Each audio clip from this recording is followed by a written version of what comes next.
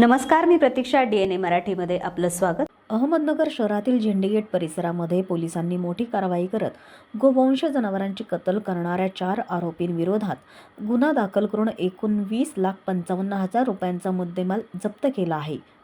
कोतवाली police निरीक्षक प्रताप दराडे यांनी झेंडेगेट परिसरात गोवंश जनावरांची कत्तल चालू असून कत्तलीकरिता काही गोवंश जनावरे आणल्याची माहिती मिळाली होती. या माहितीवरून दराडे यांनी रात्रग्रस्त पेट्रोलिंगचे अधिकारी अंमलदार यांना नमूद ठिकाणी पंचासह जाऊन छापा टाकून कारवाई करण्याचे आदेश दिले. या आदेशावरून पोलिसांनी 2:15च्या सुमारास छापा टाकून कारवाई सुद्धा केली.